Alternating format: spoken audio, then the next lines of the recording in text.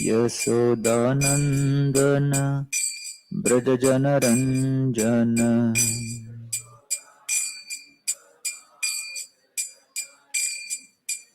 यशोदानन्दन व्रजजनरञ्जन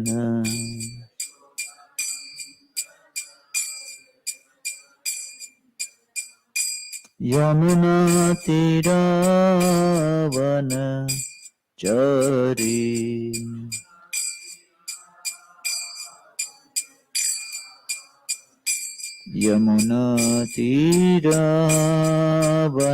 यमुनातीरावनचरी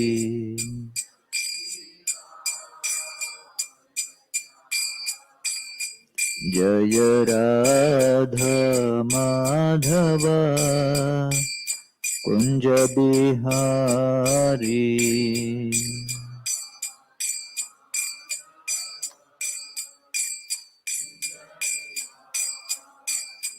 जय राधा माधव कुंज बिहारी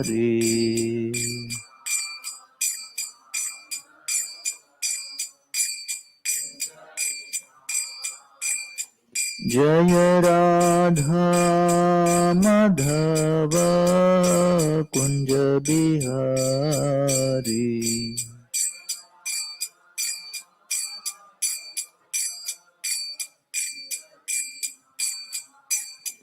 जय राधा माधव कुंज बिहारी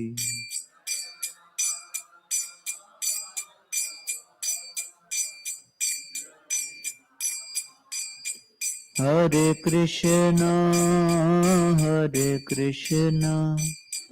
कृष्ण कृष्ण हरे हरे हरे राम राम राम हरे हरे हरे कृष्ण कृष्ण हरे हरे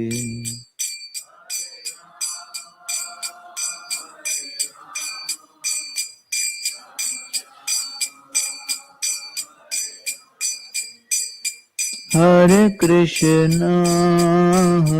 कृष्ण कृष्ण कृष्ण हरे हरे हरे राम राम राम हरे हरे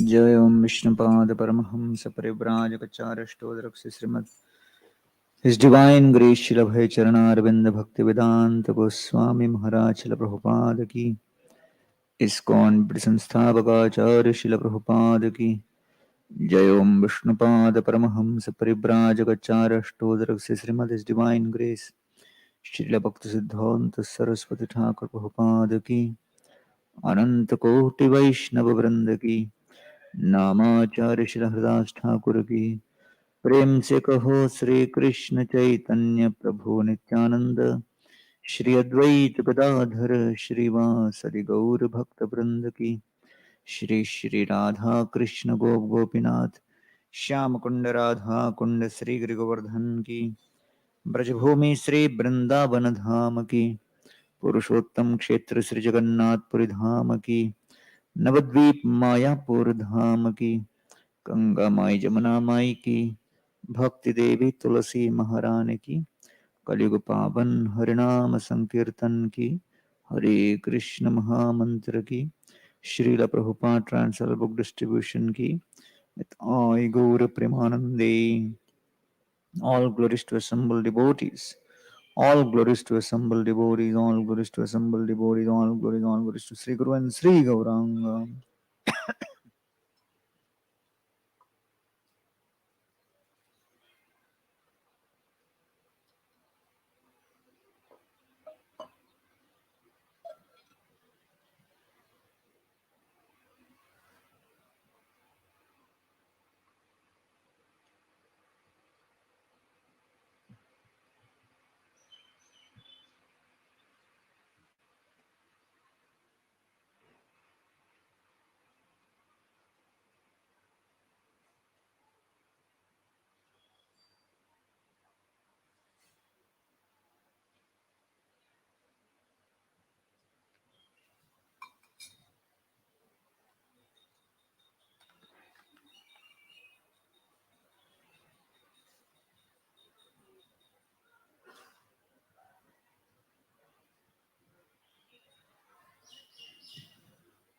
ओम नमो भगवते वासुदेवाय। ओम नमो भगवते वासुदेवाय। ओम नमो भगवते वासुदेवाय। ओम अज्ञानतिमिरन्धस्य ज्ञानाञ्जनशलाकया चक्षुरुन्मिलितं येन तस्मै श्रीगुरवे नमः। नमो ओम विष्णुपादाय कृष्णप्रेष्ठाय भूतले श्रीमते भक्तिवेदांत स्वामिन् इति नामिने। नमस्ते सरस्वती देवे गौरवाणी प्रचारिणे निर्विशेष शून्यवादी पाश्चात्य देशतारिणे। जय श्री कृष्ण चैतन्य प्रभु नित्यानंद श्री अद्वैत गदाधर श्रीवासदि गौर भक्त वृंद। हरे कृष्णा कृष्णा कृष्णा हरे हरे, हरे राम राम राम हरे हरे। हरे कृष्ण। तो आज चिड़ा दही महोत्सव के उपलक्ष्य पर चैतन्य चरितामृत के अंतलीला छठे अध्याय पर हम चर्चा करेंगे। कृपा गुणैया कृगृहांद कुपात उद्धृत्य भंग्य रघुनाथ दासम न्यस्य स्वरूपे विदधे अंतरंगम श्री कृष्ण चैतन्यम अमुम प्रपद्ये। तो कविराज गोस्वामी अध्याय के आरंभ में इस श्लोक के माध्यम से चैतन्य महाप्रभु के चरणों में अपना नमन व्यक्त करते हुए उनके रघुनाथ दास गोस्वामी के साथ संबंध को वर्णन करते हुए कहते हैं, तो श्री कृष्ण चैतन्यम अमुम प्रपद्ये, श्री कृष्ण चैतन्य महाप्रभु के चरणों में मैं समर्पित होता हूं। वो चैतन्य महाप्रभु उन्होंने क्या किया? कृपा गुणैर यह, जिनके गुण से, जिनकी कृपा के गुण से, जिनकी कृपा की शक्ति से, कुगृहांध कुपैहि, जो अपने विभिन्न प्रकार के भौतिक श्रृंखलाओं से उद्धृत्य भंग्या, उद्धार किया, छुटकारा दिलाया, रघुनाथ दासम, रघुनाथ दास गोस्वामी को, और उन्हें वहां से मुक्त करके न्यस्य स्वरूपे, स्वरूप दामोदर गोस्वामी के चरणों में उन्होंने उनको समर्पित किया। विदधे अंतरंगम, और उन्हें अपना अंतरंग शिष्य के रूप में उनको स्वीकार किया। श्री कृष्ण चैतन्यम अमुम प्रपद्ये। तो प्रसंग आता है कि जब रघुनाथ दास गोस्वामी बंगाल में थे तो उस समय सप्तग्राम नाम का स्थान है, आदि सप्तग्राम, कलकत्ता से बहुत दूर नहीं, और वहां पर जो उस समय जो मुसलमानों का सरकार चल रहा था, उनके पिताजी हिरण्य मजुमदार, उन्होंने उस गवर्नर के साथ एक टैक्स कलेक्शन का विचार किया था कि मैं हर महीने और हर वर्ष इतना आपको टैक्स दूंगा। तो टैक्स कलेक्टर के साथ ये एग्रीमेंट था। अच्छा, अब वास्तव में 20 लाख स्वर्ण मुद्राएं वो एकत्रित करते थे टैक्स के रूप में, और वास्तव में उनको देना चाहिए था 15, खुद 5 लाख रख लेते और 15 लाख देते थे सरकार को। लेकिन वो 12 लाख ही दे रहे थे, और इस तरह जो 3 लाख स्वर्ण मुद्राएं वो अपने पास बनाए रखे। तो जो चौधरी थे कलेक्टर, वो बहुत क्रोधित हो गए और चौधरी हिरण्यदास को गिरफ्तार करने आए, हस्तगत करने आए, अरेस्ट करने आए। और जब हिरण्यदास को मालूम पड़ा कि मुझे गिरफ्तार करने के लिए सरकार के अधिकारी आ रहे हैं, तो हिरण्यदास घर से गायब हो गए। तो कई बातें हैं, समय से, बहुत वर्षों से ऐसा ही हो रहा है, धन के विषय में और सरकार के विषय में। तो अब भाग गए, तब वो आए गिरफ्तार करने हिरण्यदास को। हिरण्यदास तो थे नहीं, कौन मिल गए? रघुनाथ दास। उनको पकड़ लिया और उनको जाकर प्रतिदिन उच्च स्वर में चिल्ला रहे थे, मारने की धमकी दे रहे थे। मारने के लिए आते, लेकिन रघुनाथ दास के सुंदर मुखमंडल को देखकर वो कुछ कर नहीं पाते। और हर रोज चिल्लाते हुए बोलते थे, आप अपने पिताजी और उनके बड़े भाई को यहां लेके आओ, नहीं तो तुमको बहुत पिटाई करूंगा। तो यहां वर्णन आता है, विशेषे कायस्थ बुद्धे अंतरे कॉरिडोर, मुखे तर्जे गर्जे मारिते न होए अंतर। तो विशेष रूप से मारने की इच्छा थी, लेकिन क्यों रुक जाते थे? कायस्थ बुद्धे अंतरे कॉरिडोर, उनको पता था ये कायस्थ कम्युनिटी के हैं। अब पता था कि अगर इसमें से एक को मारेंगे तो पूरी कम्युनिटी हमारे ऊपर आ जाएगी। कायस्थ बुद्धि अंतरे कॉरिडोर, इसलिए अंदर से वो घबरा रहे थे उनको किसी भी प्रकार से स्पर्श करने। मुखे तर्जे गर्जे, मुख से केवल चिल्ला देते थे, मारेंगे, पीटेंगे, ये करेंगे, वो करेंगे, हर प्रकार से चेतावनी दे दे के छोड़ दिया। मुखे तर्जे गर्जे मारेते सभय अंतर, मारने में घबरा रहे थे, मार नहीं पाए। तो यहां इन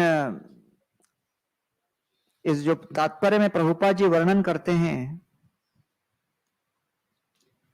कि कायस्थ कम्युनिटी जो उस समय वहां पर बंगाल में था, वो बड़ा ही एरिस्टोक्रेटिक था, अर्थात राजसी वैभव से युक्त था, बिजनेस इत्यादि संभालने में बड़े निपुण थे, बहुत ही इंफ्लुएंशियल थे। चौथा, सरकार के कई प्रमुख पद इस कम्युनिटी ने लेकर रखा था, बुद्धिमान भी थे, और जहां कहीं भी कोई समस्या हो तो कायस्थ कम्युनिटी के लोगों को ही भेजा जाता था वहां पे आपातकालीन परिस्थिति को सुधारने के लिए। तो एक दृष्टि से बड़ा शक्तिशाली कम्युनिटी था, और उन्हें मौखिक रूप से चेतावनी दिया जा सकता था, लेकिन हाथ उठाना संभव नहीं था। इसलिए रघुनाथ दास जो थे वो रोज डांट खा रहे थे। अच्छा, ये सब वर्णन क्यों आ रहा है? ये प्रदर्शित करने के लिए कि रघुनाथ दास बाद में चलकर रघुनाथ दास गोस्वामी बनेंगे, गृह त्याग करके, व्यवसाय भंग करके, चैतन्य महाप्रभु के चरणों का आश्रय लेकर सर्वस्व समर्पित हो जाएंगे। ऐसी अवस्था में किसी को यह नहीं सोचना चाहिए कि रघुनाथ दास गोस्वामी अपने भौतिक जीवन में बेचारे नाकामयाब थे, कुछ नहीं कर पाए, इसलिए भक्त के साधु बन गए। तो कई बार लोगों के मन में यह भ्रम होता ही है कि लोग इस तरह सबको छोड़ छाड़ कर क्यों चले जाते हैं, है कि नहीं? एक बार मैं लोकल ट्रेन में बुक डिस्ट्रीब्यूशन कर रहा था, तो एक व्यक्ति मिले, मैंने उनको बुक दिखाया, फिर उन्होंने पूछा आप ये किताब वितरण क्यों कर रहे हो, अपना पेट पालने के लिए कर रहे हो क्या? तो मैंने कहा नहीं, मैं तो आईआईटी का पास आउट हूं। तो बोला अरे क्या बात कर रहे हो, फिर ऐसी अवस्था कैसी आ गई? तो मैंने कहा नहीं, ये हम लोग जो है गीता का प्रचार कर रहे हैं, और मैंने थोड़ा बहुत बताया जो हम लोग उस समय कॉलेज प्रीचिंग वगैरह करते थे। तो बड़ा प्रभावित हुआ, बोले अच्छा, मैं वास्तव में पूना से हूं, तो पूना में कोई सेंटर है क्या? मैंने कहा पूना में भी सेंटर है, और हमारे मित्र हैं जो वो भी आईआईटी के थे, राधेश्याम प्रभु, वो वहां लीड कर रहे हैं। भैया तुम भी आईआईटी, वो भी आईआईटी? तो उसने कहा मैं अभी अभी एक बुक लिख रहा हूं, और वो बुक का नाम है क्या क्या लोग करते हैं आईआईटी में घुसने के लिए, what all people do to enter IIT. तो मैं आप लोग दोनों का एग्जाम्पल देख के सोच रहा हूं एक और बुक लिखूंगा, what all people do after living IIT. तो यहां पर रघुनाथ दास गोस्वामी ने किस तरह अपने पिताजी के व्यवसाय में जो भी व्यवधान थे उसमें किस तरह हस्ताक्षेप किया, ये सब बताने के लिए कि भाई कोई इस भौतिक जगत के व्यावसायिक आदान प्रदान में रघुनाथ दास गोस्वामी की बुद्धि में कोई कमी नहीं थी, वो बड़े आसानी से संभाल सकते थे। वो स्वयं एक अरबपति बन के अपने पिता के धन को बढ़ा सकते थे। तो अब रघुनाथ दास गोस्वामी सबसे पहले तो जो मुसलमान वहां पे गवर्नर थे, कलेक्टर, उनकी धमकियों को सहन किए। उसके पश्चात आगे उन्होंने सोचा कि भाई इसको तो निवारण करना होगा। तो कहने लगे कि भाई मेरे पिताजी और आप दोनों भाइयों की तरह है, भाइयों के बीच कभी कभी लेन देन होता है, कभी कम कभी ज्यादा, तो इसमें इतना सीरियस क्या ले रहे हो? और मेरे पिता और उनके भाई और आप तीनों के बीच इतना निकट का संबंध था, इतने वर्षों का संबंध था, तो मैं केवल अपने पिताजी का पुत्र नहीं, मैं तो आपके भी पुत्र के समान हूं, मैं आपके ऊपर आश्रित हूं, और आप मुझे मेंटेन कीजिए। तो अब रघुनाथ दास साम पे उतर आए। साम, दम, भेद, दंड, तो ये सब पॉलिटिकल डिप्लोमेसी के 4 अंग हैं। तब उनको संतुष्ट करने लगे शब्दों से, और फिर वो कहते हैं पालक होइया पालिए रे ताड़ीते न जुयाए, तुम्ही सर्व शास्त्र जान जिंदा पीर प्राय। तो अब वो उनकी स्तुति करने लगे, उनको शांत करने लगे साम, और क्या बोलते हैं, पालक होइया पालिए रे, पालक को चाहिए कि अपने ऊपर पालित व्यक्ति को संभाले, ताड़ीते ना जुझाए, उसको ये शोभा नहीं देता कि वो ताड़ना करे, धमकी दे, पिटाई करे, दंडित करे। और आपको तो पता ही है कि कोई व्यक्ति, एक नन्हा सा शिशु अपने स्वामी पर आश्रित हो, तो स्वामी को चाहिए अपने अधीनस्थों का बड़ा प्रेम से पालन करे। और तुम ही सर्व शास्त्र जाना, और आपको देखकर तो मुझे पूरा विश्वास है कि आपने सभी शास्त्रों का बड़ा अच्छा अध्ययन किया है, तुम ही सर्व शास्त्र जान। और वास्तव में आपके चरित्र को देखकर मुझे लगता है तुम तो जिंदा पीर हो। तो पीर मतलब एक बहुत बड़े संत हुए, तो वास्तव में आप एक साक्षात चलते फिरते संत हो। अब कलेक्टर ने अलग अलग प्रकार का घूस खाया था, लेकिन कभी किसी ने उनको इन शब्दों में सम्मानित नहीं किया था। अब इसको सुनकर उनका हृदय पिघल गया। वॉल्यूम बढ़ाओ।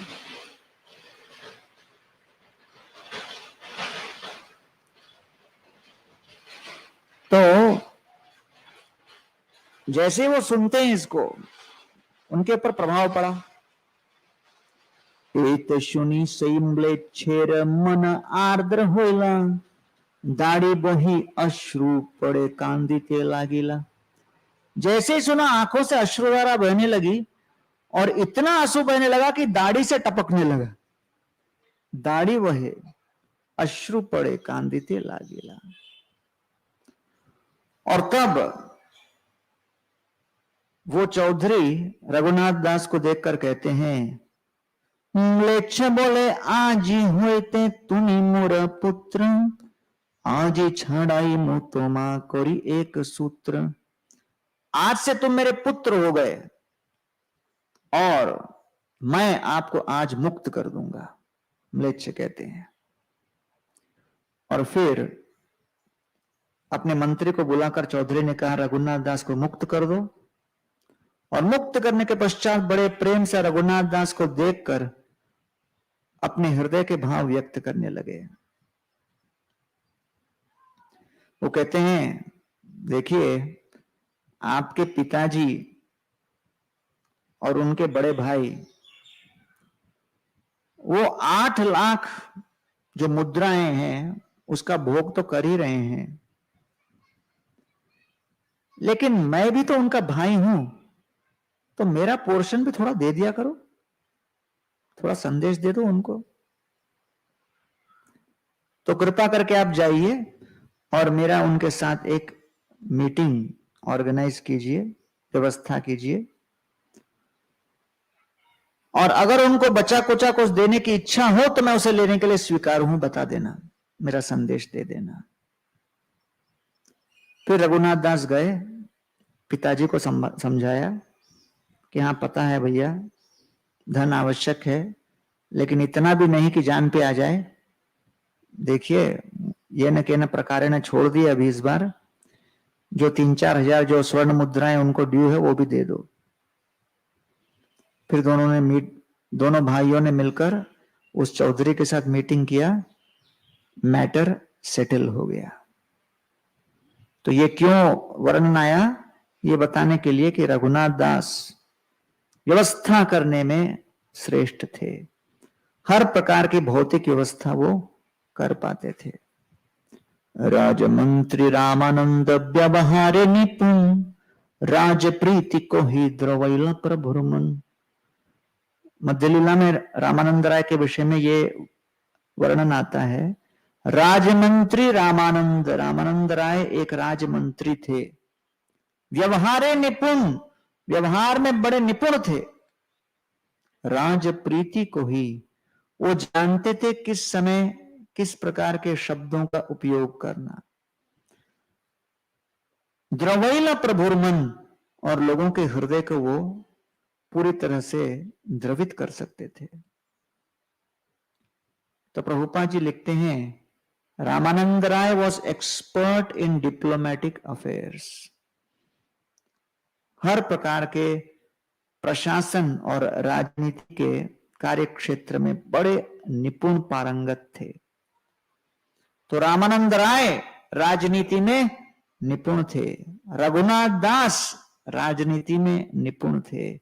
सनातन गोस्वामी पाद वो जब गए, होटल के मालिक के मन के अंदर उनको मारने की इच्छा चल रही है, वो समझ गए। तो रघुनाथ दास अपने सनातन गोस्वामी के अंदर एक ऐसी शक्ति थी कि वो किसी के मुख को देखकर समझ जाते थे कि वो सोच क्या रहा है, चेहरे को देखकर वो समझ जाते थे कि भाई ये क्या है इनका। तो इसलिए वो भी बड़े राजनीति में विद्वान थे। तो इसलिए महाप्रभु के निकट के अनुयायी राजनीति इत्यादि में बहुत ही निपुण थे, हर प्रकार के व्यवहार में निपुण थे, लेकिन चैतन्य महाप्रभु के चरणों का आश्रय लेने के पश्चात वैष्णव संगति में उन्होंने राजनीति नहीं खेली। तो ये उनकी विशेषता थी। इतने बड़े राजनीति के विद्वान, मतलब पूरा स्टेट को चला रहे थे, जो अगर महाप्रभु के संग में खेलने लगते तो पता नहीं क्या होता। तो इसलिए ये एक बैकग्राउंड दिया गया है कि रघुनाथ दास की शक्ति, उनका सामर्थ्य कैसा था। बड़े शक्तिशाली थे, बड़े सामर्थ्यवान थे, हर प्रकार से जानते थे कि क्या करना है क्या नहीं करना है। तो अब 1 वर्ष बीत गया, एक फर्स्ट क्लास बिजनेस मैनेजर की तरह वो रह रहे थे। और फिर एक दिन रात्रि को अचानक उठे और भागने की इच्छा हुई, तो उनके पिताजी उनको पकड़कर वापस ले आए। और ये एक दैनिक कार्य हो गया, रोज की लीला थी। उठते, भागते, पिताजी लेके आते। तो उनकी माता ने उनके पिता से कहा कि हमारा पुत्र तो पागल हो गया है, उसे कठोर रस्सियों में बांधकर उसको रखते हैं। तो पिताजी ने उत्तर दिया, बड़ा महत्वपूर्ण, इंद्र सम ऐश्वर्य स्त्री अप्सरा सम, ये सब बांधिते नारी लेक यार मन। अरे रघुनाथ दास के पास इंद्र के जैसा ऐश्वर्य है, पत्नी अप्सरा की तरह है, ये सब बांधिते, ये सब बांध नहीं पा रहे, नारी लेके जा रहे, ये इसको बांध नहीं पा रहा है। तो आपको क्या लगता है, रस्सी बांध? रस्सी क्या बांध पाएगा? जब इतना ऐश्वर्य, इतना धन, इतना सौंदर्य, इतना प्रेम, इतना स्नेह, हर प्रकार के घरेलू जंजाल उनके पास हैं, लेकिन वो नहीं उनको बांध पा रहे, तो ये रस्सी क्या करेगा? कुछ नहीं कर पाएगा। तो इसलिए यह संभव नहीं कि हम इन रस्सियों से इनको बांध सकें। तो ये बहुत ही महत्वपूर्ण है समझना कि ऐश्वर्य, सौंदर्य, सत्ता, शक्ति, संपत्ति इत्यादि रघुनाथ दास को बांध क्यों नहीं पाई? वो इसलिए बांध नहीं पाए क्योंकि उनका श्री कृष्ण के चरणों के प्रति असीमित मात्रा में आकर्षण था। तो जीव को आकर्षित तो होना ही है, तो प्रश्न उठता है किसके प्रति वो आकर्षित हो। एक नया नया जो भक्त का विवाह हुआ था,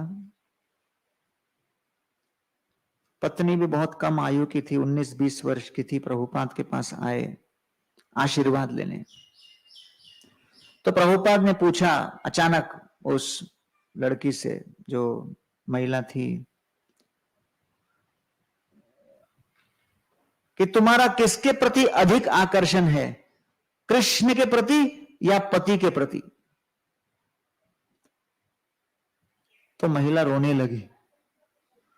तो प्रभुपाद घबरा गए, बोले मैंने कुछ गलत कहा क्या? You are attracted towards whom more, Krishna और योर हस्बैंड? तो रोने लगी। तो प्रभुपाद ने पूछा क्या हो गया? तो उसने कहा नाइदर, न कृष्ण के प्रति आकर्षण है न पति के प्रति आकर्षण है, क्योंकि मैं भक्ति में भी 6 महीने पहले ही आई और विवाह भी अभी अचानक हो गया, तो अभी तो संबंध आरंभ हुआ है। तो प्रभुपाद ने कहा यही साधना भक्ति है, साधना करते रहो, कृष्ण के साथ संबंध बढ़ेगा और परिवार में भी संबंध बढ़ेगा। तो एकाएक संबंध गाढ़ नहीं हो सकता, धीरे धीरे बढ़ता है। तो ये सब भगवत धाम, गोलोक धाम के मंजरियां हैं जिनके विषय में यहां वर्णन आ रहा है। उनका अपना स्वाभाविक आकर्षण है, जो कोई कृत्रिम रूप से हम उसका अनुगमन नहीं कर सकते। तो यहां पर उनके पिताजी आगे कहते हैं कि रघुनाथ दास के हृदय के भीतर इतना तीव्र आकर्षण का मूल कारण क्या है? इतना आकर्षण कहां से है? तो कहते हैं चैतन्य चंद्र कृपा हुआ छे इहारे, चैतन्य चंद्रेर बातुल के राखीते पारे। ये इनका आकर्षण इतना अधिक क्यों है? चैतन्य चंद्रेर कृपा, चैतन्य महाप्रभु के चरणों की कृपा इन पर हुई है। चैतन्य चंद्रेर कृपा हुईया छे इहारे, इनके ऊपर कृपा हुई है। और जो चैतन्य महाप्रभु के चरणों की भक्ति के कारण पागल हो गया, चैतन्य चंद्रेर बातुल, जो पागल हो गया, के राखीते पारे, कौन उनको बांध सकता है? तो इसलिए यह शब्द चैतन्य चरितामृत में कई बार आता है, बातुल। बातुल मतलब पागल, पागल हो जाना। क्योंकि जब चैतन्य महाप्रभु और रामानंद राय का वार्तालाप चल रहा था, संवाद चल रहा था, तो चैतन्य महाप्रभु रामानंद राय को एक अलग स्तर पर लेके गए। गोपियों का भाव, राधा रानी का प्रेम, वो इतना एक श्रेष्ठ स्तर पर जो वार्तालाप चला, रामानंद राय ने कहा मुझे पता नहीं था कि कोई इस स्तर पर प्रश्न उत्तर कर सकता है। तो उस संदर्भ में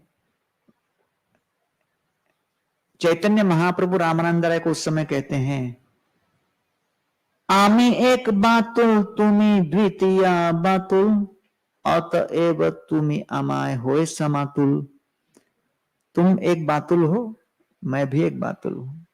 आप भी पागल हो कृष्ण के प्रेम में, हम भी पागल हैं कृष्ण के प्रेम में, इसलिए हम दोनों समान रूप से हैं। अतएव तुमाय अमाय होए समातुल, इसलिए हम लोग समान हैं। थोड़ा आप लोग थोड़ा आगे आ जाइए, अपने बंकिम राय प्रभु का ग्रुप आया है।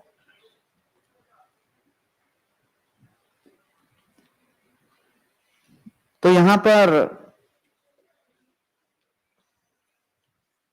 श्रील प्रभुपाद जी कृष्ण भक्ति का आंदोलन चलाए, तो उन्होंने कहा कि ये कृष्णा कॉन्शियसनेस मूवमेंट इसीलिए है जिससे हम कृष्ण के प्रेम में पागल हो सकें। तो पागलपन तो हर व्यक्ति के ऊपर सवारी हो जाता है, या तो भौतिक ऐश्वर्य, भौतिक इंद्र तृप्ति के पीछे, या फिर कृष्ण के प्रेम को लेकर। तो यहां पर ये कह रहे हैं, चैतन्य चंद्रेर बातुल के प्रेम में ये पूरी तरह पागल हो रहे हैं। तो वर्णन आता है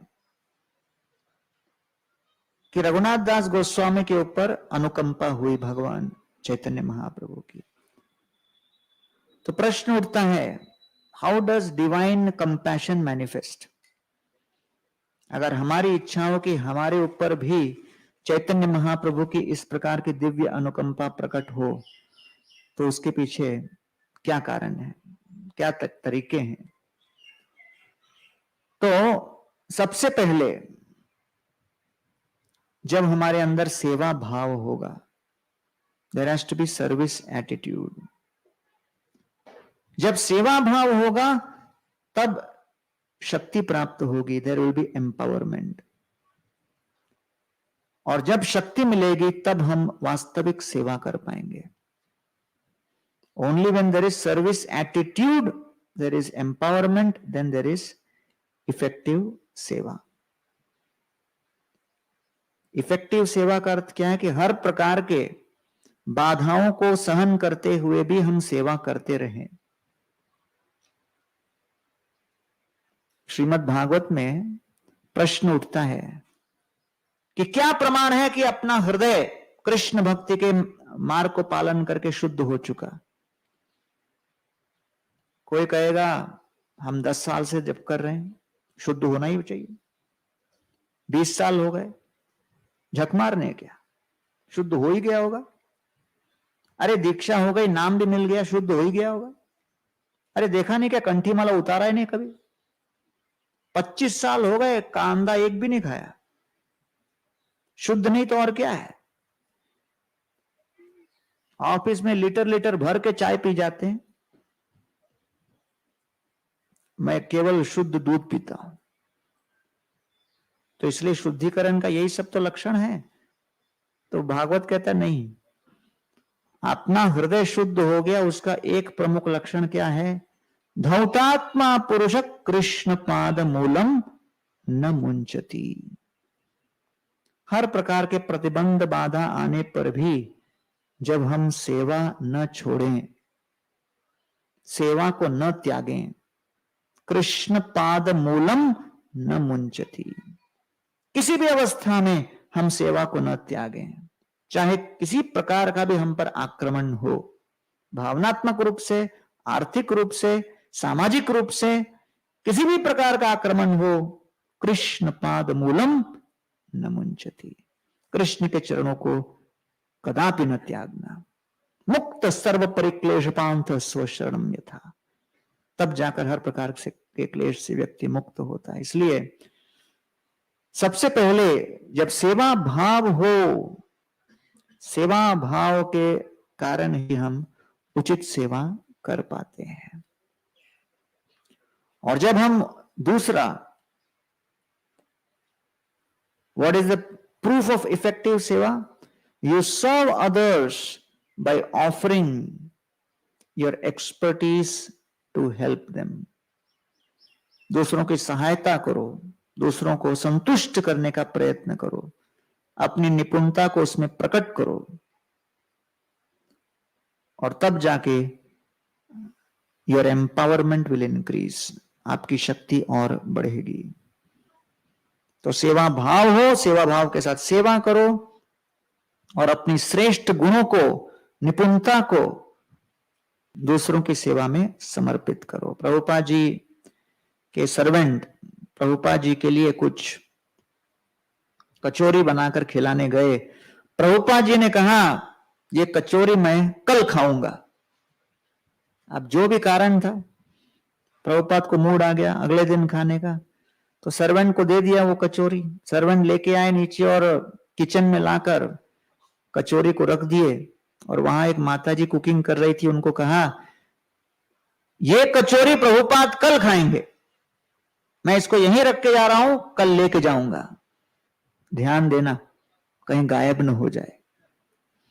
अब माताजी ने कहा, भाई किचन में रख के जाओगे, वो भी कचौरी, और बोलो कि अगले दिन तक वैसे ही बना रहे, और मैं दिन भर बाहर रहूंगी तो मैं थोड़ी इसका जिम्मेदारी ले सकती हूँ, मैं तो कुकिंग में बिजी हूं। बोले नहीं नहीं नहीं, आप किचन में हो, आपका जिम्मेदारी, बोल के चले गए। अगले दिन आए, आके पूछते माताजी को, कचौरी कहाँ है?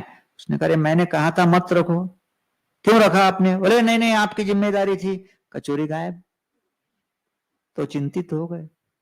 वो माताजी को बोलने लगा, मैं प्रभुपाद को क्या बोलूंगा, प्रभुपाद क्या कहेंगे, कचौरी मांगे कि मैं क्या बोलूंगा। तो माताजी कुकिंग करते हुए बिजी थी, उसको लगा पता नहीं क्या बहकी बहकी बातें कर रहा है। माताजी ने कह दिया, प्रभुपाद पूछेंगे बोल देना बिल्ली खा गई कचौरी, बिल्ली आती रहती। तो वो गए ऊपर, प्रभुपाद को मिलकर रिटर्न आए। माताजी ने कुकिंग करते करते पूछे, प्रभुपाद को पूछा क्या क्या हुआ, प्रभुपाद ने क्या कहा? तो कहता है, प्रभुपाद को पूछा मैंने, तो प्रभुपाद ने कहा, जिसने कहा है बिल्ली ने खाई है, उसी ने खाया है। तो माताजी को बड़ा आतंक हो गया, यार ये क्या, मेरे ऊपर आरोप कि मैंने खाया है? अरे मेरे मन में कभी ऐसा स्वप्न में भी मैं नहीं सोच सकती, ऐसा कैसे कह दिया? और उनका पूरा मन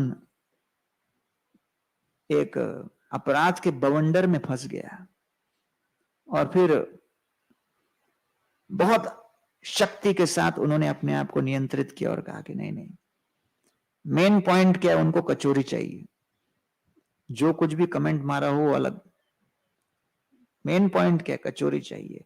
वो गई दूसरे किचन से कुछ कचौरी का आटा लेके आके बना के गरम गरम भेज दिया, प्रभुपाद खाए। सर्वेंट आए, बोले प्रभुपाद 6 कचौरी खा गए, और बोले कल वाले कचौरी से भी ज्यादा अच्छा था। तो इसलिए यहां पर जो सेवा की बात आ रही है, सेवा में कई प्रकार की बाधाएं आएंगी। ये बाधा सब हमारी परीक्षा लेने के लिए है कि पीड़ा के बीच क्या हम सेवा को बनाए रखेंगे कि नहीं? क्योंकि अगर पीड़ा के बीच सेवा भाव को बनाए रखने का अभ्यास नहीं रहा तो मृत्यु के समय जो 60,000 बिच्छुओं के डंक के बराबर जो पीड़ा होगी मृत्यु के क्षण, उस भयावह बीभत्स घनघोर दर्द के बीच, पीड़ा के बीच हम कृष्ण की सेवा का किस तरह स्मरण कर पाएंगे? इसलिए पीड़ा के अभ्यास के बीच में भी हमें कृष्ण का सेवा करना चाहिए, विचार करना चाहिए। तो फिर जब शक्ति बढ़ती है, सेवा करने पर जब शक्ति बढ़ती है, increased empowerment leads to more reciprocation. और वैष्णव समुदाय आप पर प्रसन्न है, इसका चिन्ह क्या है, प्रमाण क्या है? आपको क्या मिलता है? और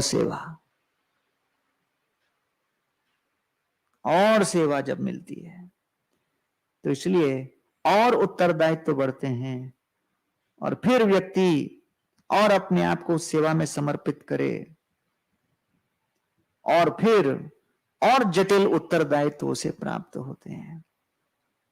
तो इसलिए ये 4 स्टेप्स हैं एम्पावरमेंट के: serve, share, then reciprocation, then appreciation. And that appreciation is in the form of being given more responsibilities. तो इसलिए यहां पर ये वर्णन कर रहे हैं कि चैतन्य महाप्रभु ने अपनी असीम कृपा, चैतन्य चंद्रेर कृपा इहाचे यारे, चैतन्य चंद्रेर बातुल के राखीते पारे। तो अब रघुनाथ दास ने विचार किया, क्योंकि पहले भी जब रामकेली में महाप्रभु आए थे सन्यास के बाद और उसके तुरंत बाद जब वो मिले थे तो उस समय वो सोच रहे थे रघुनाथ दास, रक्षक रहा तुमुई के मोने छूटी बा, को मुनि प्रभुर संगे नीलाचल जाबा। कब मैं इन सब से छूटूंगा और कब मैं भागूंगा?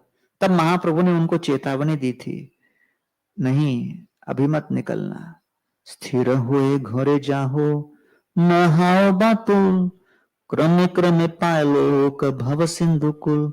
स्थिर रहो, घर पर जाओ और अपने उत्तरदायित्वों को निभाओ। इसलिए ये सब कर रहे थे। न हाओ बातुल, पागल मत बनो अभी। क्रमे क्रमे पायलोक, क्रमशः एक समय आएगा आप इस भव सागर को पार कर जाओगे। तैरते समय आपको अपने हाथ और पैर को वैसे ही चलाना है, धीरे धीरे एक एक फीट आगे बढ़ते हुए नदी पार कर जाओगे।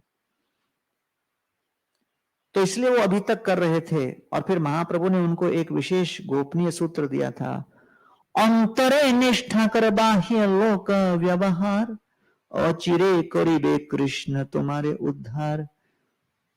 भक्ति का अर्थ ये नहीं कि बाहर से आप कुछ कृत्रिम रूप से प्रकट करो, अंतरे निष्ठा कर, मन के अंतःकरण में कृष्ण के चरणों में निष्ठा हो।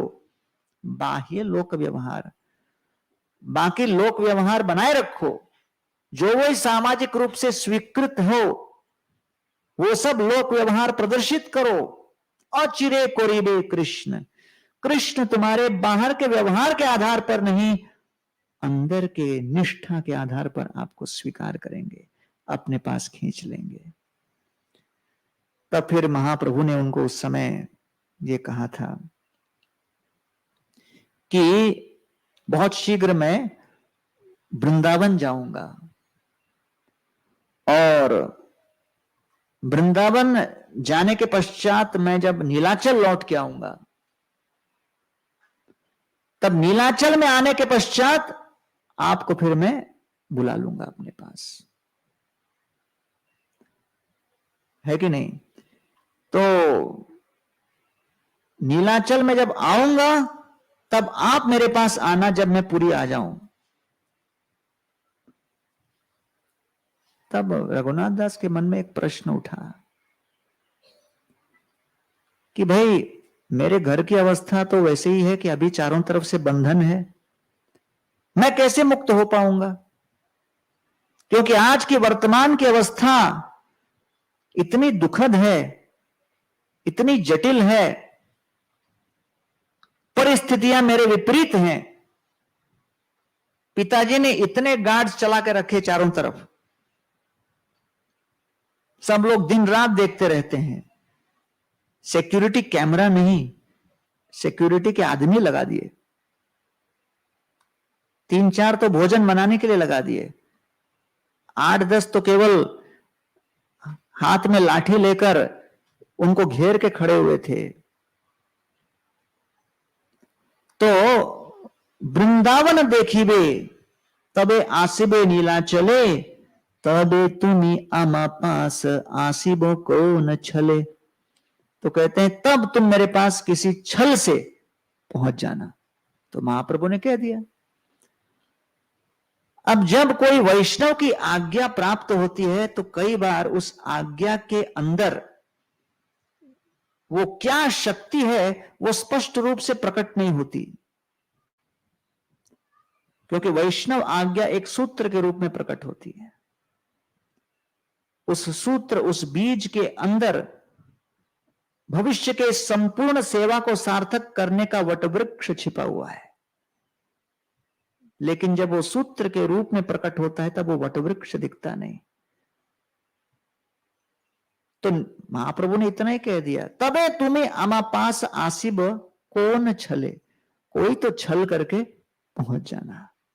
अब रघुनाथ दास सोच रहे हैं, अरे यार परिस्थिति तो बदलने नहीं वाली, मेरे पिताजी तो एकाएक बदलने नहीं वाले, वो तो अपने आप अपने गार्ड्स को पीछे नहीं लेके जाएंगे, ना मेरे पिताजी अपने साथ लेके जाके महाप्रभु को समर्पित करके आएंगे।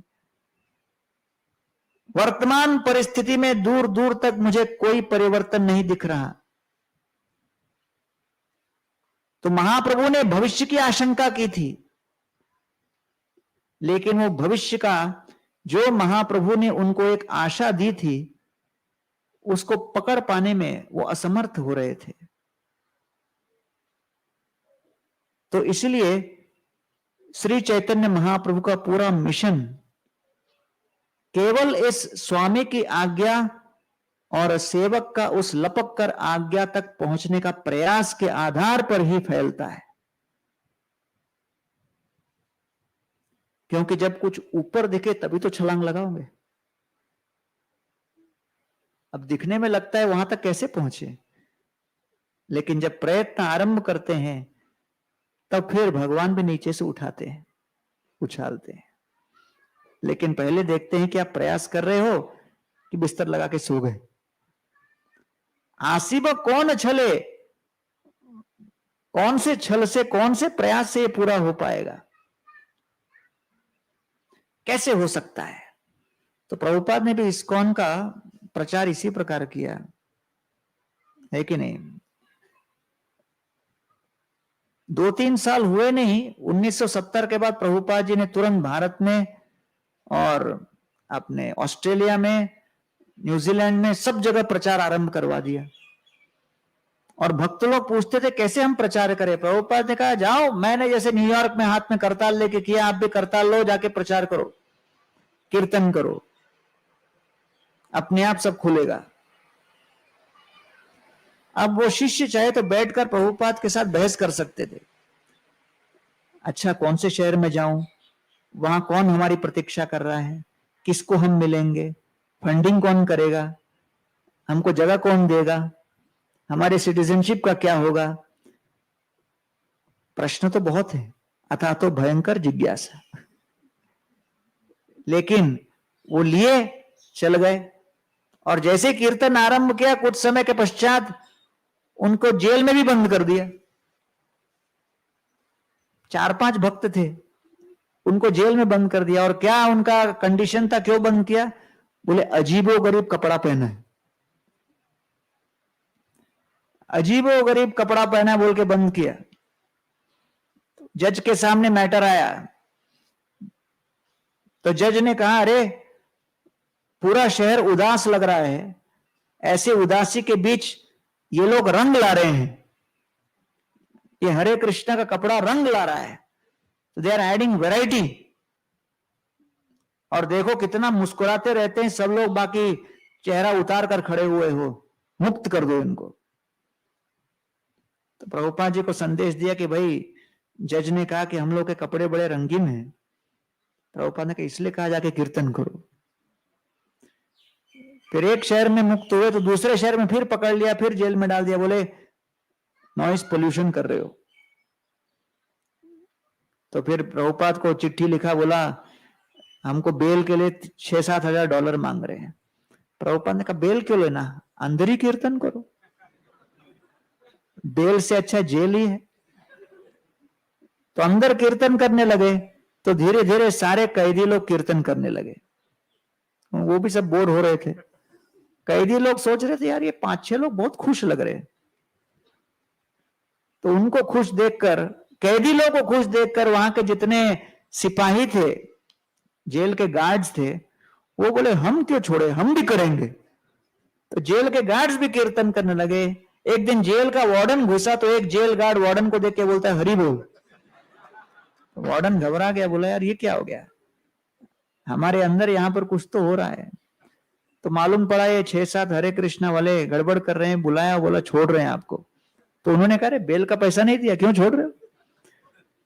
वो बोले बाहर से ज्यादा अंदर तुम लोग खतरनाक हो। फिर जज के सामने आए, बोले मैटर क्या है।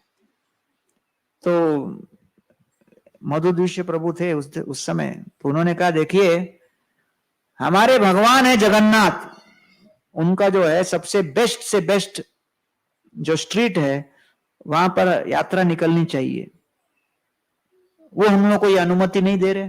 तो अनुमति नहीं दे रहे तो हम लोग आवारा की तरह यहां वहां घूम रहे। अगर वो यात्रा के लिए हमको मिल जाए परमिशन तो हम लोग खुश। तो बोले बस इतना ही, परमिशन ग्रांटेड। तो कीर्तन के लिए अरेस्ट होके अंदर आए थे, रथ यात्रा का परमिशन लेके बाहर निकले। तो इसलिए प्रचार कार्य में कभी भी ये मत सोचो कि नियमित रूप से और अपेक्षित प्रकार से कोई जिस तरह बिजनेस डेवलपमेंट होता है वैसा आपके लिए सब कुछ बना बनाया मिलेगा। भक्ति की आधारशिला अनिश्चितता है, फाउंडेशन। अगर कोई भक्ति के स्टेज पर नृत्य करने आया है तो समझना चाहिए वो अनिश्चितता के आधारशिला के ऊपर ही खड़े होकर नृत्य कर पाएगा। तो अगर सब कुछ निश्चित चाहिए तो फिर भाई भक्ति का स्टेज आपके लिए नहीं है। थोड़ा और घूम के आओ, 2-4 पिटाई और खाओ, फिर देखो कि ये जमता है कि नहीं।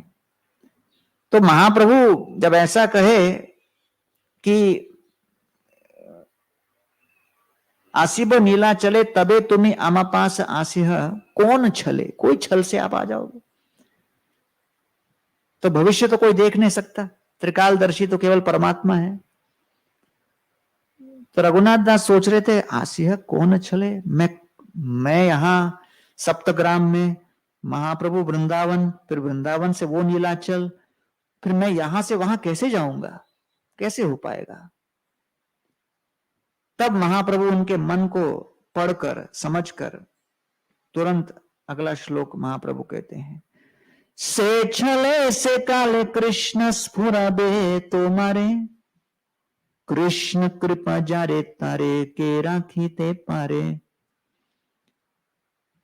तो महाप्रभु कहते हैं देखिए, से छले से काले, उस समय जब मैं पूरी आऊंगा, से काले कृष्ण स्फुरबे, कृष्ण आपको हृदय के अंतःकरण से कुछ एक आइडिया देंगे। आइडिया देंगे, कौन सा आइडिया, अरे वेट करो भाई, वो समय के पहले नहीं होगा,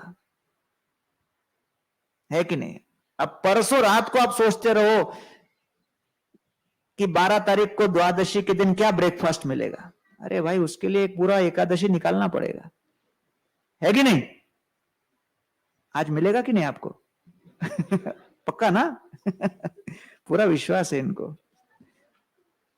तो अब परसों रात को सोचने लगो 12 तारीख को क्या होगा, 12 तारीख को क्या होगा, 12 तारीख को क्या होगा सोचते रहे तो 11 को भी एकादशी नहीं कर पाएंगे।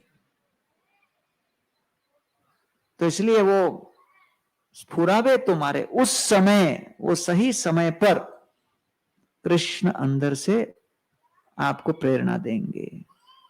मत्तः स्मृतिर ज्ञानम अपोहनम च। कृष्ण का प्रेम स्मरण करते रहो, सही समय पर कृष्ण आपको सही आइडिया देंगे। ये कृष्ण के ऊपर आश्रित सेवा है। और जो सुबह उठते ही साथ काम करना शुरू कर देता है, वो कृष्ण को संदेश दे रहा है कि मैं अपने बलबूते पे, अपनी बुद्धि पे, अपने कर्मानुसार प्राप्त प्रारब्ध के ऊपर विश्वास रखता हूं, आपके ऊपर आश्रय पर नहीं। तो इसलिए अपना दिन हम दो प्रकार से आरंभ कर सकते। उठते ही साथ काम करना शुरू करो और उठते ही साथ माला करना शुरू करो। उठते ही साथ जब माला करने लगते हैं, भगवान का नाम लेने लगते हैं, तो हम लोग कृष्ण को संदेश दे रहे हैं कि भाई जो कुछ भी हो हम आप पर आश्रित हैं। हर विकट परिस्थिति में आप प्रेरणा दोगे, क्या हमें निर्णय लेना चाहिए। और वो बराबर है, क्योंकि millions of choices are there, but one who pleases Krishna, ठक एट द राइट टाइम, कहते हैं ना ट्यूबलाइट जलना, अंदर से आइडिया आता है ये करो भाई। तो महाप्रभु ही कह रहे हैं, से छले से काले कृष्ण स्फुराबे तुम्हारे, कृष्ण कृपा जारे तारे के राखीते पारे। अरे जिसके ऊपर कृष्ण की कृपा हो गई, के राखीते पारे, अरे ब्रह्मांड की कौन सी शक्ति उसको बांध सकता है? असंभव।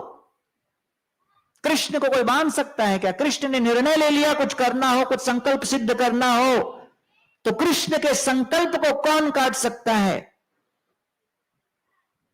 तो इसलिए सफल मनुष्य वो है जो अपने मनुष्य जीवन में कृष्ण के कृपा के संपत्ति को बटोरने के लिए निरंतर प्रयत्नशील रहता है। अगर कोई संपत्ति बटोरने योग्य हो, वो है कृष्ण कृपा। कृष्ण कृपा जारे तारे के राखी दे पारे। कौन रख सकता है उसको? कौन रोक सकता है? तो रघुनाथ दास उस बात को सुनकर समझ गए कि भाई कृष्ण की जिस दिन कृपा होगी हम यहां से निकल जाएंगे, निकल पड़ेंगे। और तब प्रतीक्षा कर रहे थे कि कृष्ण की कृपा कब होगी। तो इसलिए यह भी बड़ा महत्वपूर्ण है कि हमारी भी कई सेवाओं की इच्छा हो सकती है, लेकिन समय से पहले और भगवान और वैष्णवों की अनुमति के बिना हमारी इच्छा अधिकृत सेवा के रूप में परिणत नहीं हो सकती। तो इसलिए रघुनाथ दास गोस्वामी को प्रतीक्षा करना पड़ा। रघुनाथ दास को प्रतीक्षा करना पड़ा गोस्वामी बनने। तो अब रघुनाथ दास को समाचार मिला कि चैतन्य महाप्रभु जगन्नाथपुरी आ चुके। अब रघुनाथ दास ने विचार किया और फिर सुना कि नित्यानंद प्रभु वहां आए हुए हैं पानीहाटी में। तो रघुनाथ दास ने नित्यानंद प्रभु के साथ भेंट करने के लिए एक प्रस्ताव भेजा और नित्यानंद प्रभु एक वृक्ष के नीचे बैठे थे। कई उनके चारों तरफ कीर्तनिया भक्तगण थे और गंगा के तट पर पानीहाटी, आप लोग गए होंगे, पानीहाटी में इस्कॉन का भी सुंदर मंदिर है। पानीहाटी में गंगा के तट पर नित्यानंद प्रभु बैठे हैं, उनके अनुयायी उनके चारों तरफ, और दूर से रघुनाथ दास नित्यानंद प्रभु का दर्शन करते हैं और नित्यानंद प्रभु को देखकर रघुनाथ दास प्रणाम करते हैं, दंडवत करते हैं। और जैसे ही दंडवत करते हैं, नित्यानंद प्रभु के कुछ अनुयायी नित्यानंद प्रभु कहते, देखिए रघुनाथ दास वहां से प्रणाम कर रहे हैं। तो नित्यानंद प्रभु तुरंत कहते हैं, सुनि प्रभु कहे चोरा दिले दर्शन, आय आय आज तोमार करिमु दंडन। तो नित्यानंद प्रभु सुनकर कहते हैं, अरे चोर, तुम यहां आ गए दर्शन देने? आए आए आओ इधर, आज ही तुम्हार करिमु दंडन, आज आपको दंडित करूंगा। तो रघुनाथ दास को चोर क्यों कह रहे हैं? चोर कौन होता है? जो दूसरे की संपत्ति चुरा ले, वो है चोर। दूसरों की संपत्ति जो चुरा ले, जो ऐंठ ले, वो है चोर, है कि नहीं? हमारे मंदिर में भी पहले सिक्योरिटी डिपार्टमेंट था नहीं। जब मैं ज्वाइन हुआ था तब सबसे बड़ा प्रॉब्लम हम लोग का उस समय था 94, 95, 96, 3-4 साल चप्पल चोर। पूरा गैंग का गैंग चलता था, जो सुबह सिद्धि विनायक से स्टार्ट करता था, फिर चौपाटी आते थे, फिर महालक्ष्मी मंदिर जाते थे, ऐसा पूरा गैंग था वो। और हम लोग के कुछ भक्त लोग हमेशा तत्पर रहते थे, अगर कोई पकड़ में आए, थोड़ा क्षत्रिय टाइप के 2-4 लोग थे, वेट करते रहते थे कब पकड़ में आएंगे। और जब पकड़ में आए तो उनको जाकर अपने हिसाब से व्यवस्था करते थे, महाप्रसाद देते थे। और वो 2-3 लोगों का ग्रुप था, किसी ने उनको नियुक्त नहीं किया था, वो लोग अपने आप से प्रेरित थे, सेल्फ इंस्पायर्ड। तो एक दिन क्या हुआ कि एक चोर पकड़ में आ गया, तो ये 3 लोगों का ग्रुप था। तो उस दिन मंदिर में वो 2 थे और तीसरा बाहर कहीं गया था। तो बाकी 2 ने चोर का हिसाब करके मारपीट के भेज दिया। तो तीसरा आके बहुत उनके ऊपर चिल्लाने लगा, वेट क्यों नहीं किया मेरे लिए? मतलब उनके लिए वो इतना बड़ा वो सेवा का मौका था वो। तो चोर मतलब जो दूसरे की संपत्ति ले ले। अब रघुनाथ दास को चोर क्यों कह रहे हैं? क्योंकि उन्होंने कोई संपत्ति ली हो गई, है कि नहीं?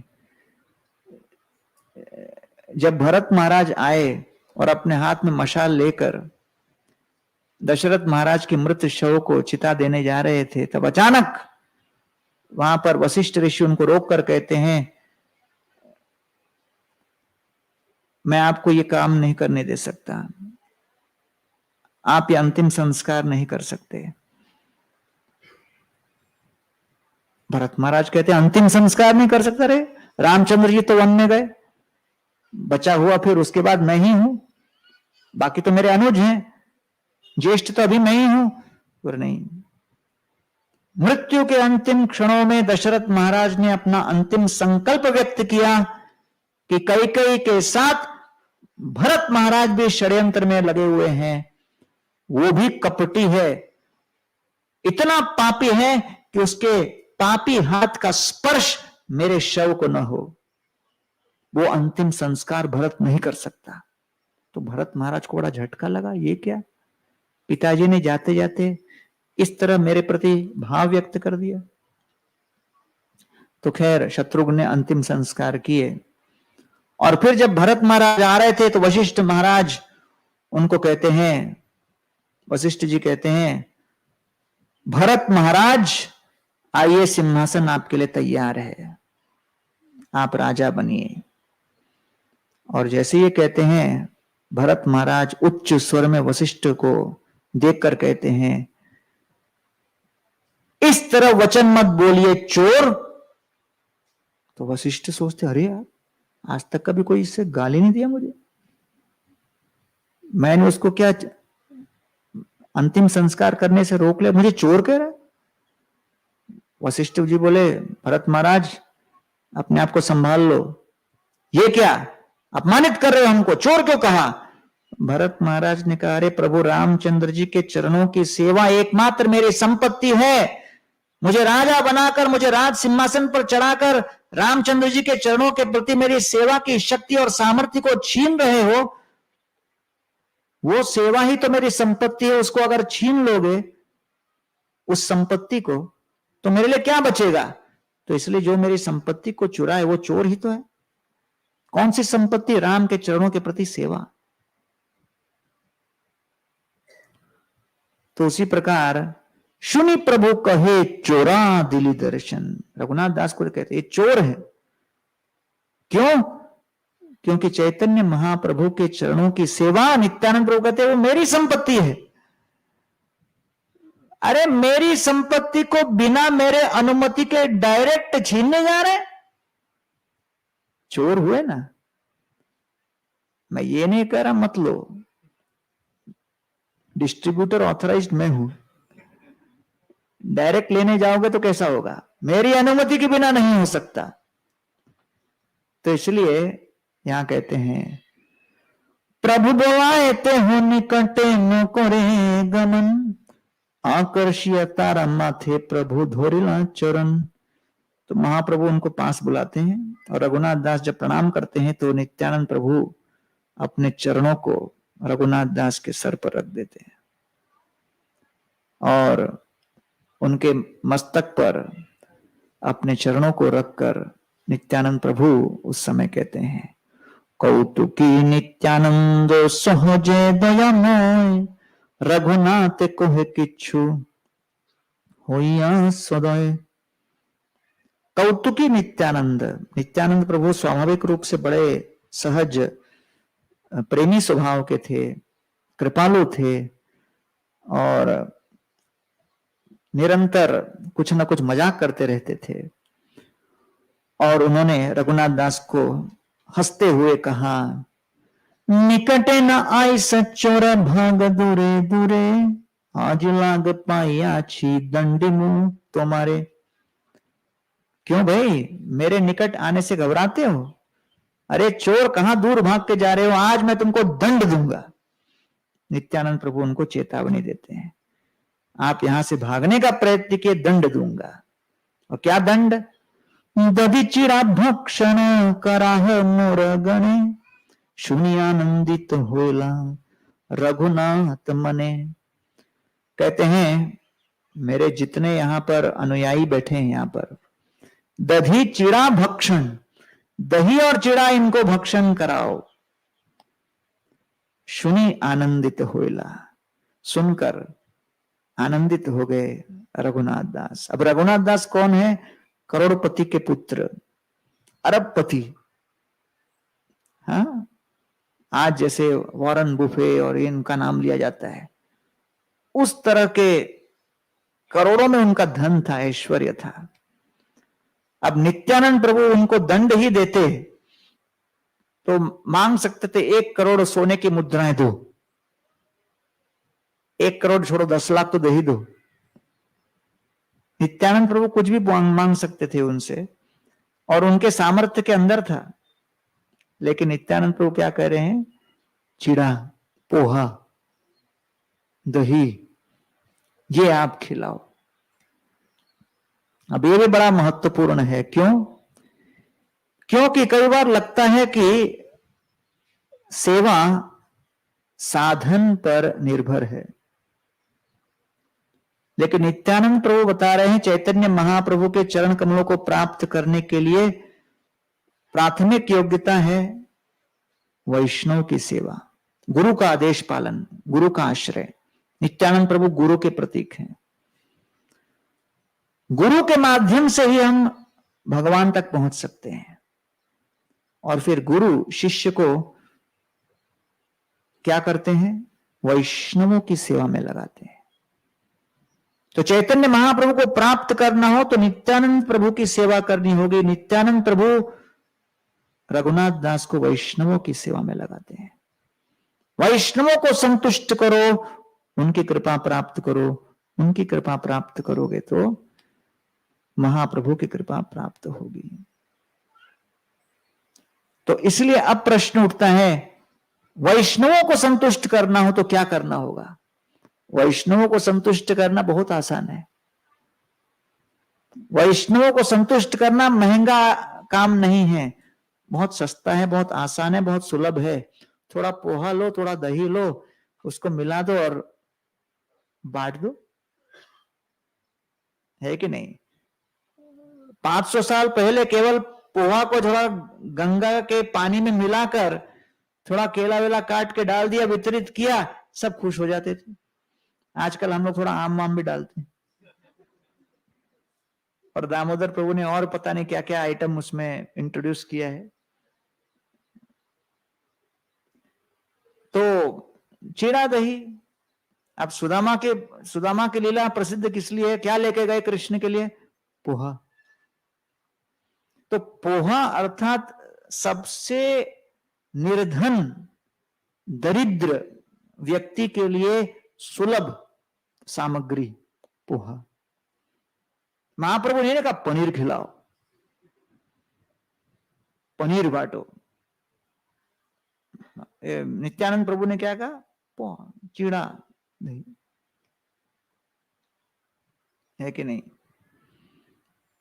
तो हम लोग की यात्रा में जब स्टार्ट किया 2008 में, हम लोग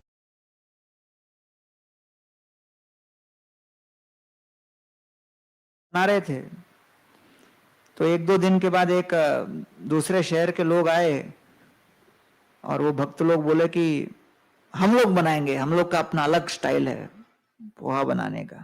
तो हमने कहा ठीक है भाई, पहले बनाए हो क्या इतने लोगों के लिए? अरे सारी कृपा आप ही ले लोगे तो कैसे होगा, थोड़ा मर्सी हमको भी दो। तो हमने कहा ठीक है भाई। तो वो लोग पहली बार ट्राई कर रहे थे यहाँ यात्रा में, तो बनाया, थोड़ा कड़क बन गया। तो कड़क बन गया तो मैं समझ गया आज तो दिन कड़क होगा। तो मैं जो है छुप के भाग रहा था फीडबैक से बचने के लिए।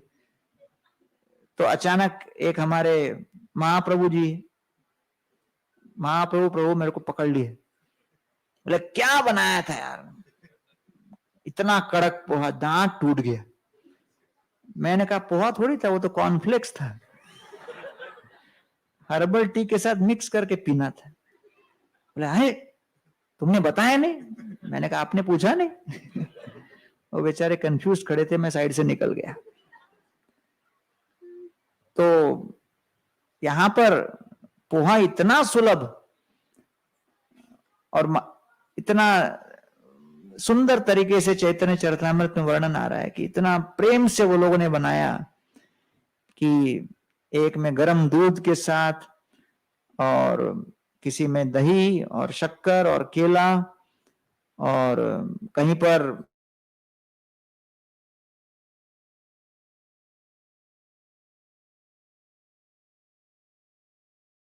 अभी तक पारण शायद हुआ नहीं है आप लोगों का।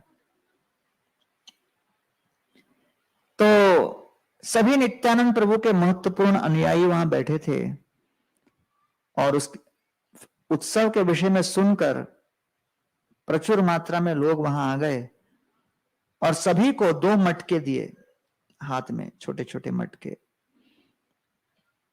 एक में पोहा और दूध और दूसरे में पोहा और दही, इस प्रकार।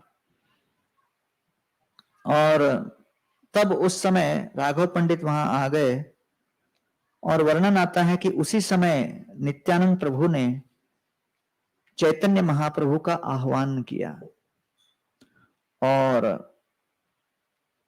राघव पंडित ने कहा कि भाई हमारे घर पर भी फीस्ट है। तो नित्यानंद प्रभु ने अभी नहीं, अभी जो रघुनाथ दास ने दिया है चीड़ा दही वो फिर रात को आपके यहाँ पे।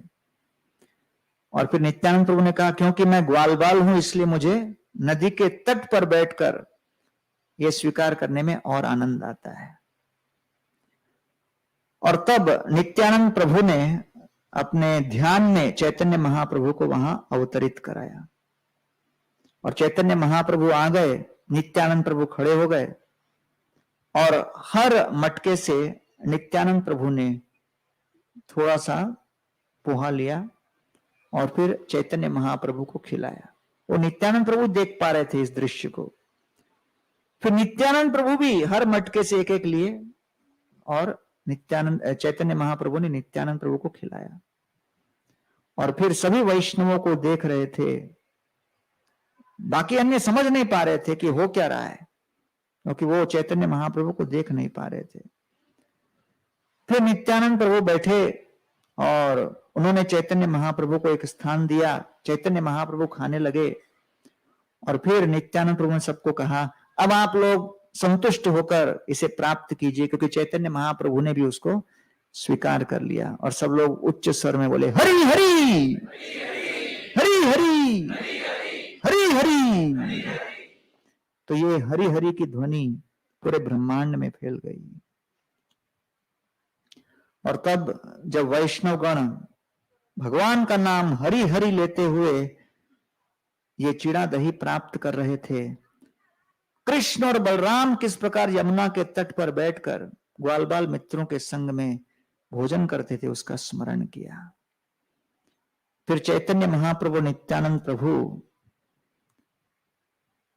इतने कृपालु थे कि रघुनाथ दास पर उनकी कृपा हो गई। और नित्यानंद प्रभु की शक्ति के क्या कहने, उन्होंने चैतन्य महाप्रभु को वहां पर प्रकट कर दिया, उस चिड़ा दही उत्सव में सम्मिलित कर दिया। सबको लगने लगा ये गंगा का तट नहीं, जमुना का ही तट है।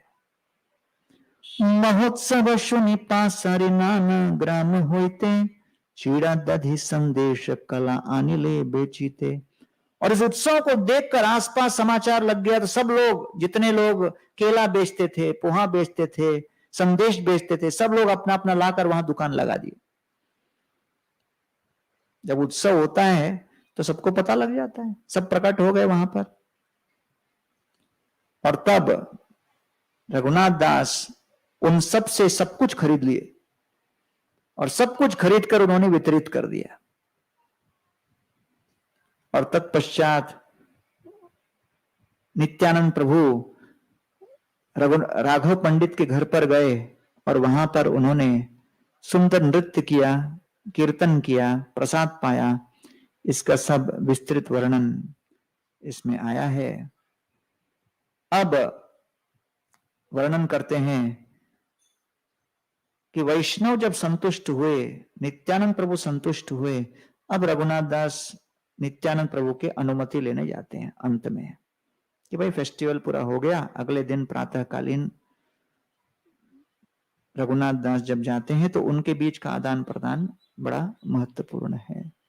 भक्त चिते भक्त गृहे सदा अवस्थान, कभो गुप्त कभो व्यक्त स्वतंत्र भगवान।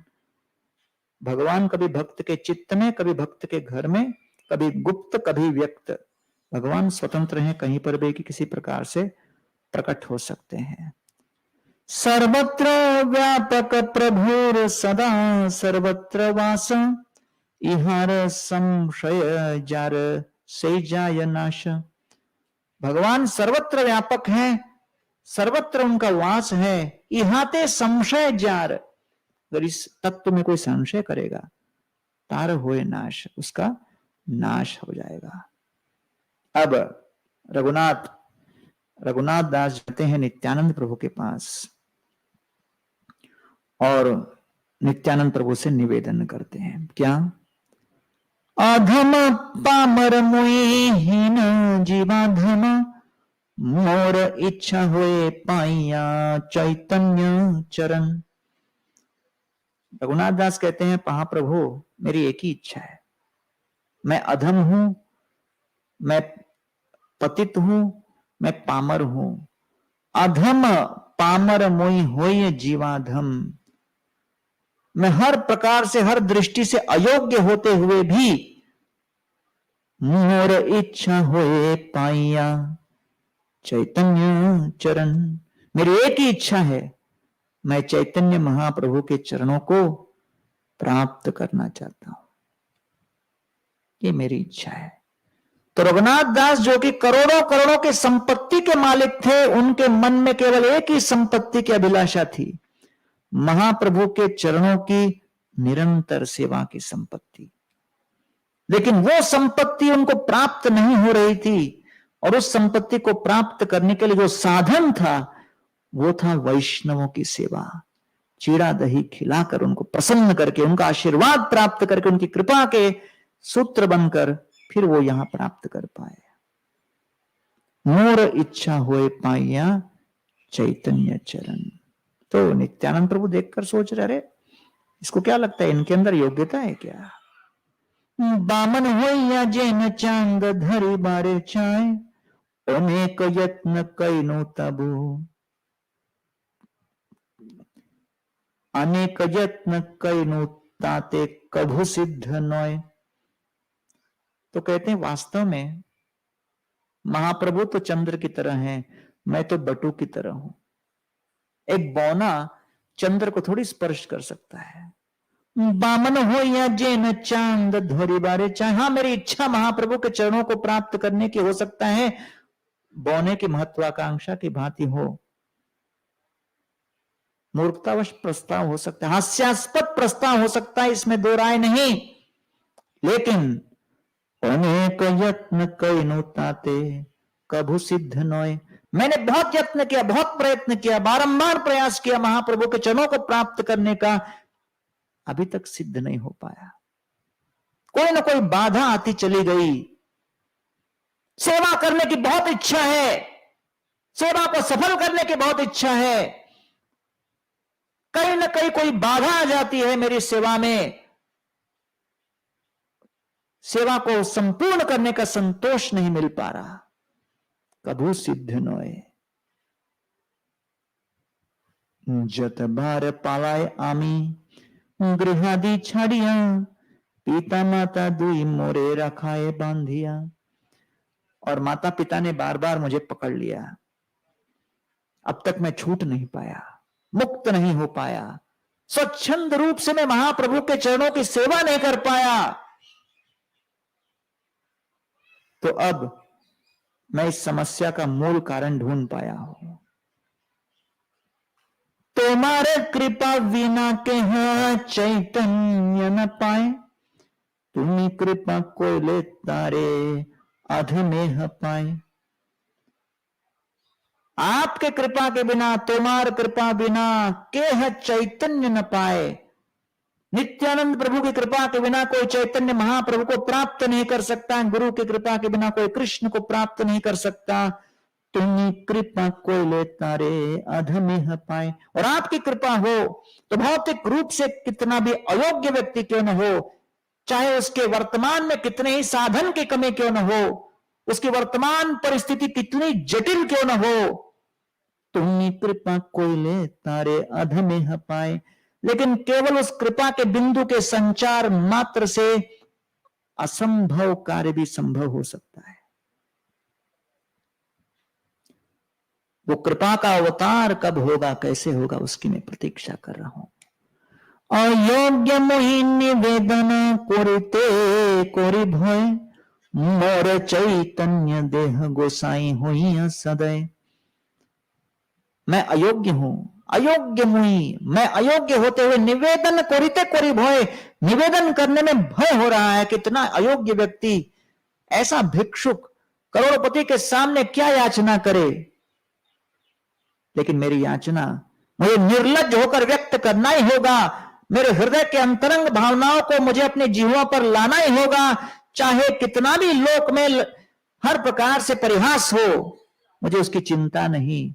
मोरे चैतन्य देह गोसाई होइया सदै। आप बड़े दयालु हो, मैं चैतन्य महाप्रभु को प्राप्त करना चाहता हूं। तो इसलिए आध्यात्मिक रूप से हमें बहुत महत्वाकांक्षी होना चाहिए। भौतिक रूप से हमें न धनम न जनम न सुंदरीम कविता मां जगदीश कामये, लेकिन आध्यात्मिक रूप से महत्वाकांक्षी होने में लज्जा नहीं करनी चाहिए। जितनी आशा तीव्र होगी, तीव्रेण भक्ति योगेन जेत पुरुषम परम। मोरे चैतन्य देह, मुझे चैतन्य महाप्रभु की सेवा दीजिए। क्योंकि जब तक हमारा विजन क्लियर नहीं, हमारा लक्ष्य स्पष्ट नहीं, तब तक हम तीव्रता से कामना भी कैसे कर पाएंगे। साध्य जब स्पष्ट हो तब तो साधना में तीव्रता आएगी। तो इसलिए कहते हैं नित्यानंद प्रभु को, मोर माथे पद धरी करह प्रसाद, निर्विघ्ने चैतन्य पाइया करो आशीर्वाद। अब मैं देख रहा हूं इन सभी बाधाओं को, इन विघ्नों को दूर करने के लिए एक ही उपाय है। हे नित्यानंद प्रभु, आप अपने चरण कमलों को मोर माथे पद धोरी, मेरे मस्तक पर अपने चरणों को रख दीजिए, और करह प्रसाद, आपकी कृपा वही एकमात्र उपाय है। और जब गुरु की कृपा होगी, निर्विघ्ने चैतन्य पाइया कर आशीर्वाद, तब ये सारे विघ्न दूर होंगे। और गुरु की कृपा कैसे प्राप्त होती है? वैष्णवों की सेवा करके, उनके आशीर्वाद को प्राप्त करके। तब उन्होंने अपने वक्तव्य को विराम दिया। तब नित्यानंद प्रभु अपने चारों तरफ बैठे हुए अनुयायियों को देखकर मुस्कुराते हुए रघुनाथ दास को संकेत करते हुए कहते हैं, सुनिहासी कहे प्रभु सब भक्त गुणे, इहार विषय सुख इंद्र सुख सम। हंसते हुए कहते, अरे भाई देखो, ये व्यक्ति जो मेरे सामने गिड़गिड़ा रहा है, उसकी भौतिक अवस्था क्या है मालूम है क्या? अरे इंद्र के समान सुख है इसके पास, इंद्र के ऐश्वर्य का मालिक है ये। और देखो क्या मांग रहा है, चैतन्य महाप्रभु के चरणों की सेवा की संपत्ति के लिए लालायित है ये। चैतन्य कृपा ते से नाही भाय मने, सब आशीर्वाद कर पाओ का चैतन्य चरणे। तो नित्यानंद प्रभु ऐलान करते हैं, घोषणा करते हैं, सभी को संकेत करते हुए उन सभी को आदेश देते हैं, क्या? सबे आशीर्वाद कर, सब लोग आशीर्वाद दो रघुनाथ दास को। क्या आशीर्वाद? पाओ का चैतन्य चरणे, कि निर्बाध चैतन्य महाप्रभु के चरणों की सेवा जीवन पर्यंत, मृत्यु के अंतिम क्षण तक इनको मिले। ये सेवा रूपी संपत्ति है। उस संपत्ति को प्राप्त करने के लिए नियम कुछ अलग हैं। कूटनीति, राजनीति, विभिन्न प्रकार के कपोल कल्पित धारणाओं से, योजनाओं से हम इस संपत्ति को नहीं प्राप्त कर सकते। पारदर्शी, श्रेष्ठ, उच्चतम भावनाओं के साथ जब हम वैष्णवों को संतुष्ट करें, सबे आशीर्वाद कर, जब उनका आशीर्वाद प्राप्त होता है, तब हम महाप्रभु के चरणों को प्राप्त कर पाते हैं। फिर कहते हैं, ये रघुनाथ दास को इन भौतिक आसक्तियों में रुचि क्यों नहीं थी? चैतन्य कृपा ते से हैं, चैतन्य महाप्रभु की कृपा होने के कारण नाही भाय मने, मन में कोई आकर्षण नहीं था। तो उसके लिए कृपा चाहिए। कृत्रिम रूप से हम अपने आप को खींच नहीं सकते। कृष्ण पाद पद्म गंध जय जन पाए, ब्रह्म लोक आदि सुख तारे नहीं भाई। जिन्होंने कृष्ण के चरण कमलों के सेवा का सुगंध स्वीकार किया है जीवन में, कृष्ण पाद पद्म गंध जय जन पाए, ब्रह्मलोक आदि सुख तारे नहीं भाई। ब्रह्मलोक का सुख भी ऐसे व्यक्ति को लुभा नहीं सकता, आकर्षित नहीं कर सकता। इस प्रकार नित्यानंद प्रभु आशीर्वाद देते हैं और कहते हैं कि गौरहरि स्वयं आए आपके ऊपर कृपा करने। अब आप पूरी तरह आश्वस्त हो जाइए कि चैतन्य महाप्रभु के चरणों को प्राप्त करने के लिए जो बाधाएं हैं वो सब समाप्त हो गई। अब आप जाइए और महाप्रभु को प्राप्त कीजिए। और नित्यानंद प्रभु भविष्यवाणी करते हैं, महाप्रभु आपको स्वीकार करेंगे जगन्नाथपुरी में, स्वरूप दामोदर दास गोस्वामी के अधीन आपको रख देंगे, उनके अंतरंग आप पार्षद बनोगे। और तब रघुनाथ दास ने राघव पंडित को सब लोगों को दक्षिणा देने के लिए विभिन्न विभिन्न मात्रा में स्वर्ण मुद्राएं दी।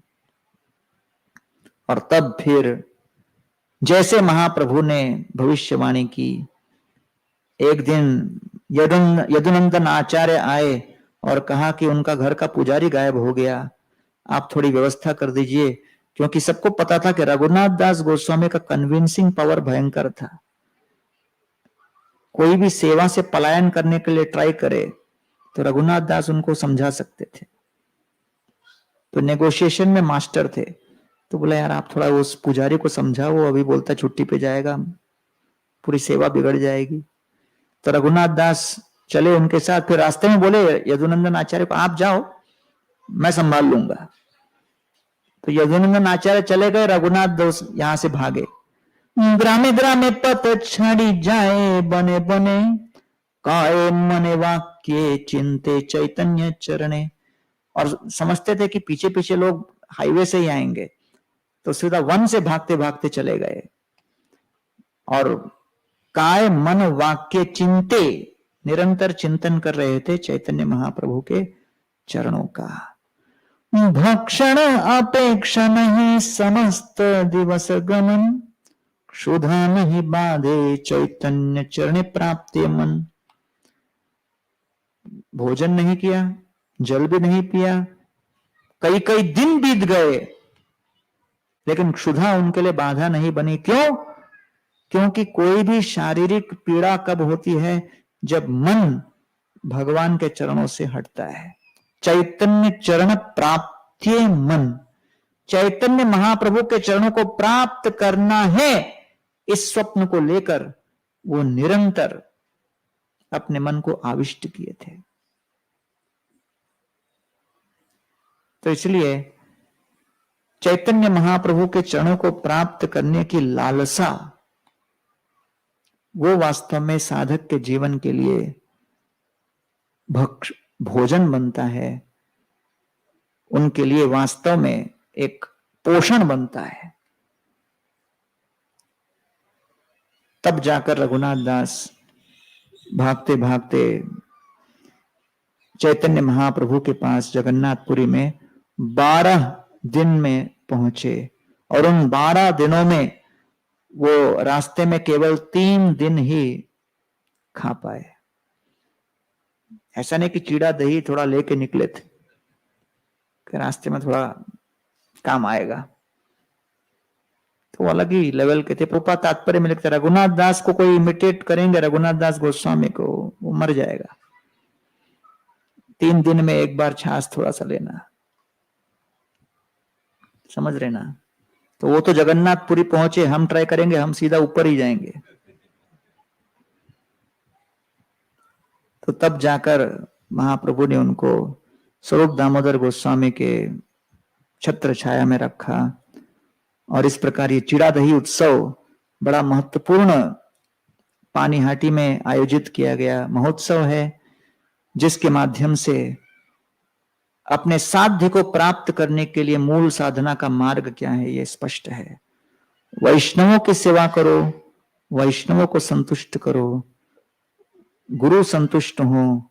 जब गुरुजन संतुष्ट हो तब श्री कृष्ण चैतन्य महाप्रभु और उनके चरणों की सेवा निर्बाध रूप से हमें प्राप्त होती है। और वैष्णवों की सेवा करना कठिन नहीं, जटिल नहीं। जो सेवा दी जाए उसे स्वीकार करो, बिना कपट के, बिना तर्क के, बिना किसी प्रकार के विचार के। रघुनाथ दास ने नित्यानंद प्रभु के साथ बहस ने, कह रहे क्या चीड़ा दही, क्या ये क्या है, ये भी कोई उत्सव है क्या? हमारे स्टैंडर्ड के नीचे है, हम तो करोड़पति के बेटे हैं, भविष्य में लोग क्या कहेंगे, पोहा बाटा। तो जो सेवा मिले उसे स्वीकार करो, और उसके माध्यम से, ये सेवा तो केवल एक बहाना है, निमित्त है, उसके माध्यम से जब वैष्णव संतुष्ट हो, गुरु संतुष्ट हो, तब भगवान संतुष्ट होते हैं। तो इस मार्ग को प्रदर्शित करने के लिए, इस प्रक्रिया को प्रदर्शित करने के लिए ये चिड़ा दही महोत्सव श्री नित्यानंद प्रभु ने पानीहटी में सभी भक्तों के बीच बड़े आनंद के साथ आयोजित किया। तो आज जितने भक्त लोग आए हैं, चीड़ा दही उत्सव की कथा सुनकर अभी आप चीड़ा दही का पान कीजिए प्रसाद के रूप में, और नित्यानंद प्रभु का स्मरण करते हुए रघुनाथ दास गोस्वामी के कृपा के अभिलाषी बने कि हम भी चैतन्य महाप्रभु के चरणों के प्रति रघुनाथ दास गोस्वामी की तरह इतनी तीव्र भावना के साथ भक्ति में लगे। श्रील प्रभुपाद की, श्री रघुनाथ दास गोस्वामी की, श्री नित्यानंद प्रभु की, श्री गौरांग महाप्रभु की, निताय गौ प्रेमानंदी। हरे कृष्ण। धन्यवाद।